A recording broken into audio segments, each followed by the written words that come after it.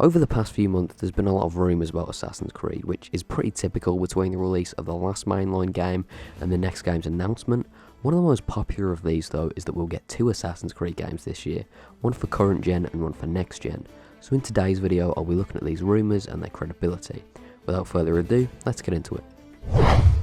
Now before getting into my personal thoughts on all of this, it's worth talking about why so many people seem to be on board with this.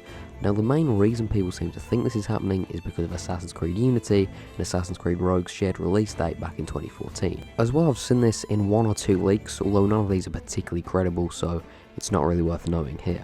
Anyway, the one example of this happening before with Assassin's Creed Unity and Rogue sounded like a great business idea on paper.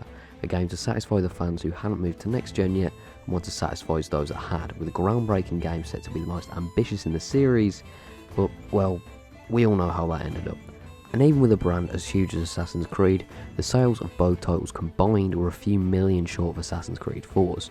And sure, Unity quickly gained a reputation for its lack of polish, for a better term, and that definitely hurt the game, although it didn't really do that well in the first week either. So that's what Ubisoft would be going off here: underwhelming sales, a permanently damaged reputation, and a waste of development time.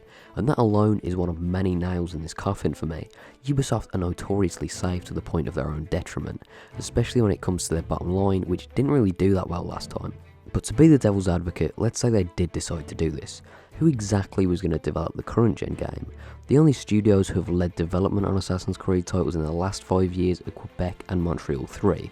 So if Montreal 3 were to make Ragnarok, which is all but confirmed at this point, and Quebec made this side game, which they'd have enough time to do to be fair if they went the same route Sophia did when developing Rogue, what would happen after? These games would both finish development in 2020, and the next one would surely begin that same year. And every mainline title at least has taken 3 years or more to be developed ever since Revelation finished. So Ubisoft would either release the next mainline entry after Ragnarok in 3 years time, which is just insane knowing Ubisoft, or end up spending 2 years on a mainline entry and risking another Unity. And with Ubisoft being as safe as I mentioned earlier, none of these really seem probable at all. What's also worth mentioning is that Rogue and Unity both released a year into the next gen system's life cycles, whereas this year they're only beginning to release. So considering all these things, a second game just looks very unlikely. The past has proven it wouldn't be of any monetary benefit, or at least enough monetary benefit where it'd be worth putting all this on the line.